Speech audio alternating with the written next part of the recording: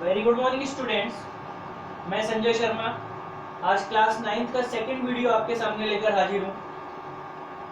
First video के अंदर जब हमने क्लास 9 का फर्स्ट वीडियो डिस्कस किया था तो उसके अंदर मैंने आप लोगों से बात की थी मैटर इन अवर सराउंडिंग। हमारे आसपास जो भी ऑब्जेक्ट होता है, जो भी सब्सटेंस होता है, जो भी बॉडी होती है, वो सब मैटर होता है। हमने लास्ट लेक्चर में इंट्रोडक्शन लिया था कि मैटर क्या होता है। हमने बात की थी कि जो मैटर होता है वो क्या होता है, जो स्पेस ऑक्यूपाई करता है और जो वॉल्यूम कंटेन करता है। और साथ ही साथ हम लोगों ने बात की थी किसके बारे में कि मैटर के स्टेट कौन कौन से होते हैं। मैंने आपको बताया था मैटर बेसिकली सॉलिड, लिक्विड और गैसोस स्टेट में प्रेजेंट होता है।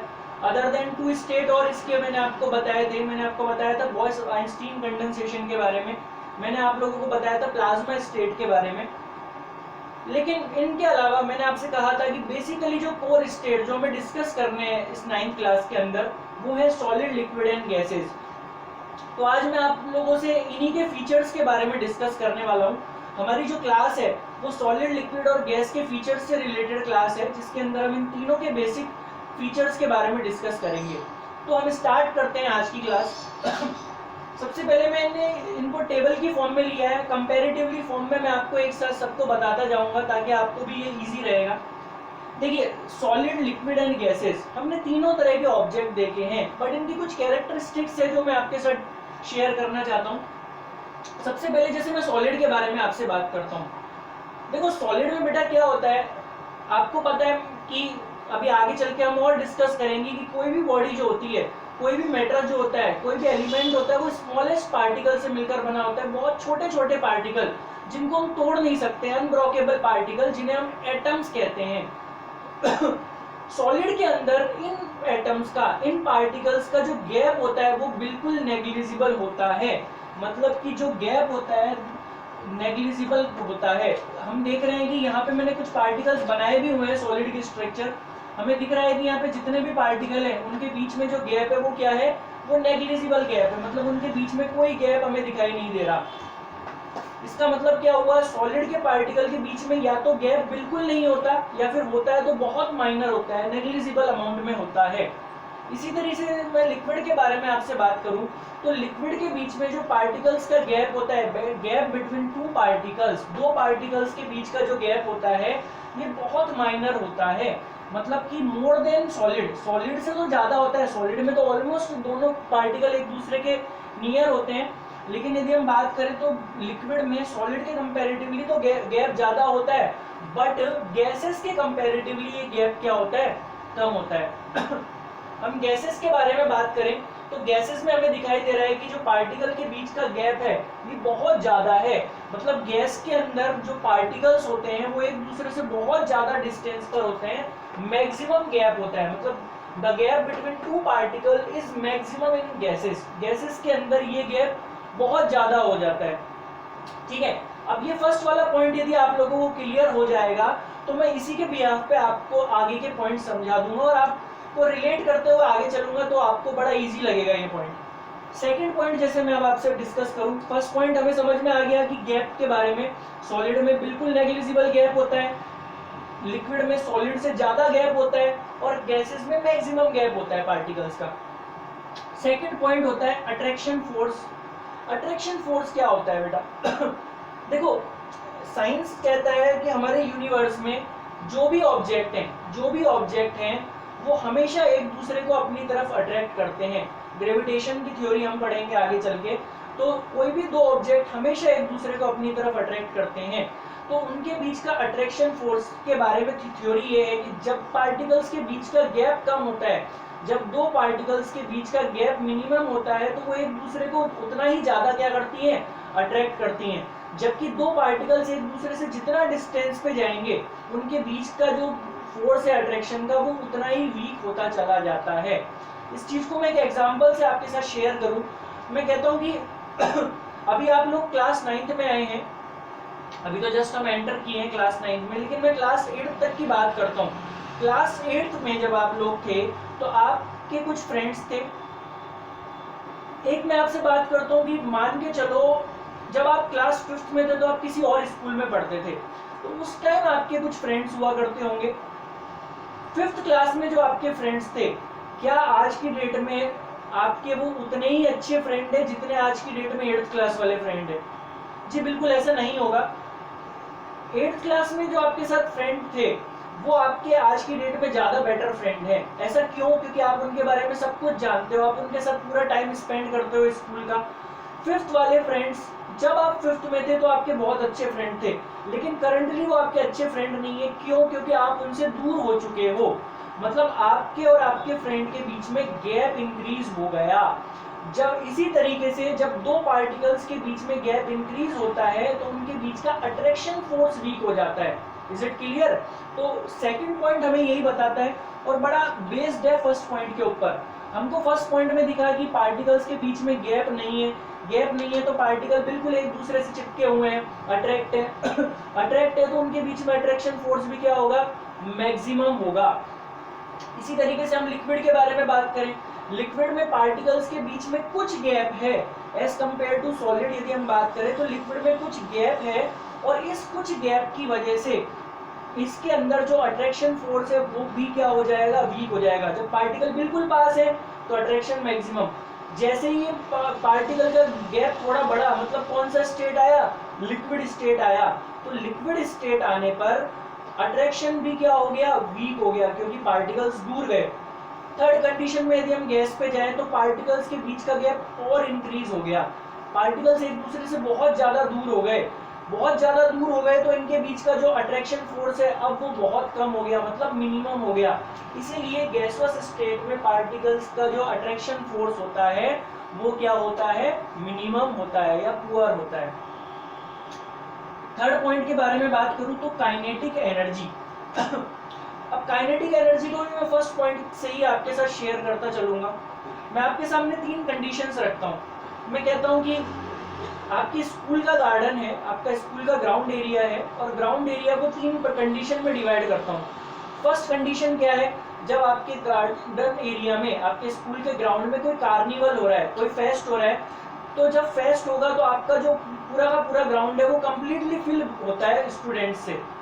सेकंड कंडीशन में आपको देके चल रहा हूँ। सेकंड कंडीशन आपकी है कि आपकी स्कूल का रिसेस टाइम, जो आपका लंच टाइम होता है, उस टाइम में भी आपका ग्राउंड एरिया फिल होता है, लेकिन कार्निवल के कंपैरेटिवली वो कम फिल होता है। और एक थर्ड मैं आपसे बात करता हूँ कि आपकी क्लास का टाइम, जिस समय आपकी क्लास चल रही है उस समय आपका ग्राउंड एरिया जो है वो कम्प्लीटली एम्प्टी होता है, एकदम खाली होता है। तो उन तीनों कंडीशंस को, जो फर्स्ट वाली कंडीशन है कार्निवल, उसे मैं सॉलिड स्टेट से कंपेयर करता हूँ कि पार्टिकल नियर है, इसी तरीके से उस समय वहां पे क्राउड बहुत ज्यादा है, एकदम फिल है क्राउड। सेकेंड वाली कंडीशन कौन सी है? लिक्विड कंडीशन, जिसमें पार्टिकल थोड़े बहुत दूर है। इसको मैं कंपेयर करता हूँ किससे? रिसेस टाइम से। रिसेस टाइम में स्टूडेंट तो होते हैं लेकिन इतना भी क्राउड नहीं होता कि जो हमारा ग्राउंड है वो खचाखच भरा हुआ हो और थर्ड स्टेट, मतलब जब हमारा क्लास चल रहा होता है, लेक्चर का टाइम होता है, उस समय हमारा ग्राउंड एम्प्टी होता है, मतलब बहुत होगा तो कोई रेयरली 1-2 लोग वहां होंगे। इसी तरीके से गैसवस स्टेट में पार्टिकल बहुत दूर होते हैं, है ना। अब इन तीनों कंडीशंस को जो मैंने आपके सामने लिए, मैं कहता हूँ आप मुझे बताइए कि आपको बोला जाए कि इस कंडीशन में आप स्कूल के एक एरिया से, ग्राउंड के एक एरिया से दूसरे एरिया तक रन करो, तो आप तीनों कंडीशन में कौन सी कंडीशन में सबसे फास्ट रन करेंगे? हम सबसे फर्स्ट कंडीशन देखते हैं कार्निवल, जब पूरा का पूरा ग्राउंड फिल था क्राउड से। आप भागेंगे, आप भाग ही नहीं पाएंगे। क्यों? क्योंकि रास्ते में बहुत सारी भीड़ आपको दिखेगी, जिसकी वजह से आपकी स्पीड स्लो हो जाएगी। सेकंड कंडीशन में मैं बात करूं, जब रिसेस टाइम था, आप भागेंगे, आप कंपैरेटिवली तेज भाग पाएंगे। कौन सी कंडीशन से? कार्निवल की। क्यों? क्योंकि रिसेस टाइम में भीड़ तो होगी लेकिन कार्निवल से कम होगी, इसलिए आप थोड़ा सा फास्ट मूव कर पाएंगे। जबकि मैं थर्ड कंडीशन की बात करता हूँ, जब आपकी क्लास चल रही थी उस टाइम पूरा जो ग्राउंड है वो खाली था, क्राउड एकदम एम्प्टी था, तो आप बहुत फास्ट मूव कर जाएंगे तो थर्ड पॉइंट जो है वो काइनेटिक एनर्जी में इस एग्जांपल से रिलेट करता हूँ। काइनेटिक एनर्जी क्या? एक ऐसी एनर्जी होती है जो मोशन से गेन होती है। कोई ऑब्जेक्ट जितना फास्ट मूव करेगा, जितना तेज भागेगा, उतनी ही ज्यादा उसकी काइनेटिक एनर्जी होती है। तो फर्स्ट वाली कंडीशन में यदि हम देखें तो क्योंकि पार्टिकल एक दूसरे के बिल्कुल नियर है, कार्निवल वाली कंडीशन, तो इस कंडीशन में क्या होगा? पार्टिकल्स के बीच में मूवमेंट नहीं हो पाएगा, इसीलिए यहाँ पर काइनेटिक एनर्जी क्या हो जाएगी? मिनिमम हो जाएगी। सेकंड कंडीशन में क्योंकि पार्टिकल्स के बीच में थोड़ा सा गैप ज्यादा होगा, इसलिए यहाँ पर पार्टिकल कुछ स्पीड से मोशन कर पाएंगे, इसलिए काइनेटिक एनर्जी सॉलिड से तो क्या हो जाएगी, ग्रेटर हो जाएगी, ज्यादा हो जाएगी। और यदि मैं थर्ड कंडीशन की बात करता हूँ तो ये वो एम्प्टी ग्राउंड वाली कंडीशन, इस वाली कंडीशन में पार्टिकल्स के बीच का गैप बहुत ज्यादा है गैस में, इसलिए यहाँ पे पार्टिकल बहुत फास्टली मूव करेंगे और उसकी काइनेटिक एनर्जी क्या होगी, मैक्सिमम हो जाएगी। 3 पॉइंट आपको क्लियर हो गए होंगे। चौथे पॉइंट पे आता हूँ, रिजिड बॉडी। अब बात होती है रिजिड बॉडी क्या होती है। रिजिड बॉडी के बारे में मैं आपसे बात करूँ तो रिजिड बॉडी एक ऐसी बॉडी होती है जो जिस पर यदि हम फोर्स अप्लाई करते हैं, हम एक बॉडी में फोर्स अप्लाई करते हैं तो वो बॉडी अपनी शेप और साइज को चेंज नहीं करती और क्या होती है, ब्रेक डाउन हो जाती है। जैसे मैं बात करता हूँ इस वुड की, ये वुड है, यदि मैं इस वुड के ऊपर फोर्स लगाऊंगा तो इसके शेप साइज में कोई चेंजेस नहीं होगा। मैं इस पे और ज्यादा फोर्स लगाऊंगा तो ये क्या हो जाएगा, ब्रेक डाउन हो जाएगा, ये 2 पार्ट में टूट जाएगा। ठीक है, तो एक ऐसी बॉडी है जिसपे फोर्स अप्लाई करने पर वो अपनी शेप और साइज में चेंजेस नहीं करती और अपने आप को ब्रेक डाउन कर लेती है, ऐसी बॉडी को हम रिजिड बॉडी कहते हैं। तो यदि सॉलिड के बारे में बात करें तो इनके पार्टिकल्स के बीच में गैप बिल्कुल नहीं होता, फोर्स लगाने पर ये अपने आप को ब्रेक डाउन कर लेते हैं, इसलिए इसे हम कौन सी बॉडी कहते हैं, रिजिड बॉडी कहते हैं। लिक्विड और गैस के बारे में बात करें तो इन्हें फ्लूइड कहते हैं। फ्लूइड क्या होता है कि जब आप बॉडी के ऊपर फोर्स लगा रहे हो तो फोर्स लगाने पर ये अपने आप को ब्रेक डाउन नहीं करती और अपनी शेप साइज में चेंजेस अगर कर लेती हैं। कभी आपने सुना है कि आपने गैस तोड़ दी या फिर आपने लिक्विड को तोड़ दिया, ये कभी टूटते नहीं है।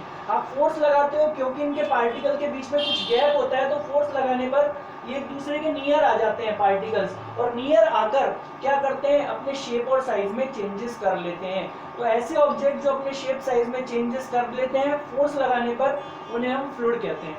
तो ये दोनों क्या होते हैं, फ्लूइड होते हैं। नेक्स्ट पॉइंट आता है do not diffused. Do not diffused, अब ये डिफ्यूजन क्या होता है? डिफ्यूजन का मतलब होता है पार्टिकल्स की इंटरमिक्सिंग होना। आपने एक ग्लास में वाटर लिया, उसमें कुछ शुगर क्रिस्टल डाले और उसको शेक किया।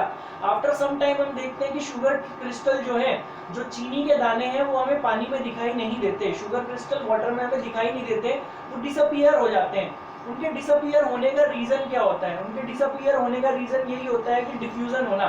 डिफ्यूजन का मतलब पार्टिकल्स की आपस में इंटरमिक्सिंग। लेकिन क्या हम देख रहे हैं कि सॉलिड है, सॉलिड के पार्टिकल्स के बीच में कुछ गैप ही नहीं है।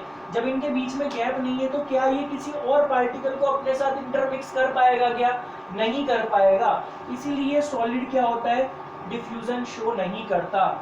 लेकिन यदि मैं लिक्विड की बात करूं तो लिक्विड के पार्टिकल के बीच में गैप होता है और ये गैप में दूसरे पार्टिकल्स को एडजस्ट कर लेता है, इसलिए ये क्या करता है, ये डिफ्यूजन को शो करता है।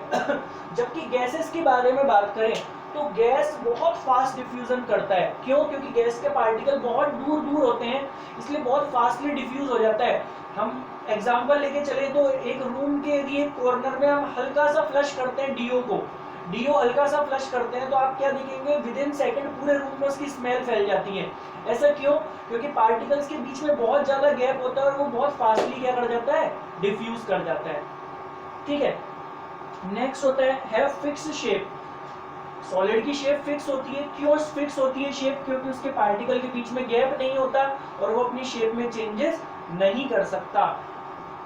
लिक्विड की शेप फिक्स नहीं होती। क्यों नहीं होती फिक्स? क्योंकि उसके पार्टिकल के बीच में गैप होता है, वो अपनी शेप चेंज कर सकता है। आपने कभी देखा है, यदि मैं एक स्टोन को एक बकेट में डालूं तो क्या उसकी शेप में चेंजेस होगा? नहीं होता।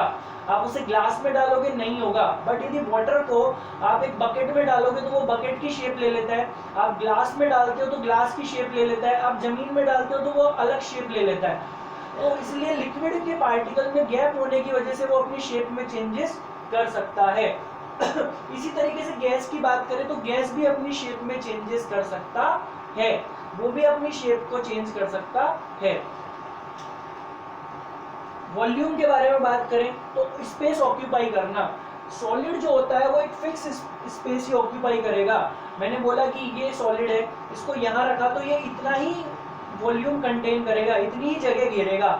लेकिन यदि मैं लिक्विड की बात करूं तो लिक्विड का वॉल्यूम भी क्या होता है, फिक्स्ड होता है, वो भी उतना ही फिक्स अमाउंट में जगह घेरता है। लेकिन गैस के बारे में बात करें तो गैस का फिक्स वॉल्यूम नहीं होता। यदि आप गैस को देखोगे तो वो एक छोटे से डीओ के बोतल में भी आ जाएगा और उसे निकालोगे तो वो पूरे रूम में भी फैल जाएगा, तो वो पूरे रूम का स्पेस भी ऑक्यूपाई कर लेगा। एक सिलेंडर में आप भरेंगे तो सिलेंडर का स्पेस भी ऑक्यूपाई कर लेगा। तो इस तरीके से यदि हम बात करें तो जो सॉलिड होता है उसका वॉल्यूम फिक्स होता है, लिक्विड का भी फिक्स होता है, लेकिन गैस का वॉल्यूम फिक्स नहीं होता है। तो ये कुछ पॉइंट्स थे सॉलिड, लिक्विड और गैस से रिगार्डिंग, जिसको आज मैंने आपके साथ डिस्कस किया। नेक्स्ट क्लास में हम लोग क्या डिस्कस करेंगे, हम लोग ये डिस्कस करेंगे कि सॉलिड, लिक्विड और गैसोस स्टेट को आपस में कैसे इंटरचेंज किया जाता है। मतलब किसी सब्सटेंस को सॉलिड से लिक्विड और लिक्विड से गैस में क्या हम चेंज कर सकते हैं या नहीं कर सकते, और यदि कर सकते हैं तो उसके लिए हमें किन किन एक्सटर्नल फैक्टर्स की रिक्वायरमेंट होती है, ये सब मैं आपके साथ नेक्स्ट क्लास में डिस्कस करूंगा। अभी तक के लिए थैंक यू सो मच।